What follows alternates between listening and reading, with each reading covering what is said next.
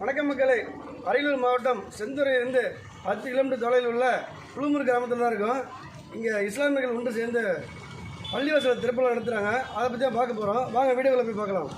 அந்த கட்டடத்தை நாம் திறந்து வைத்த பிறகு வெறுமனே ஐங்கால தொழுகையை மட்டும் நிலைநாட்டக்கூடிய ஒரு இடமாக நாம் நினைச்சுவிடக்கூடாது, அதை கடந்து சென்று விடக்கூடாது.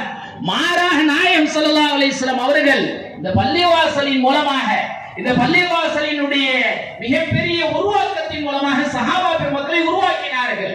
என்றும் இல்லாதவர்களாக நாம் என்ன செய்து கொண்டிருக்கின்றோம்? அங்கு நஷ்டமடைந்தவர்களாக வீடுகளுக்கு நாம் திரும்பி வருகின்றோம். அது மட்டுமல்ல, பள்ளிவாசல்கள் என்று சொன்னால் மக்தபுகள் உருவாக்கப்பட வேண்டும்.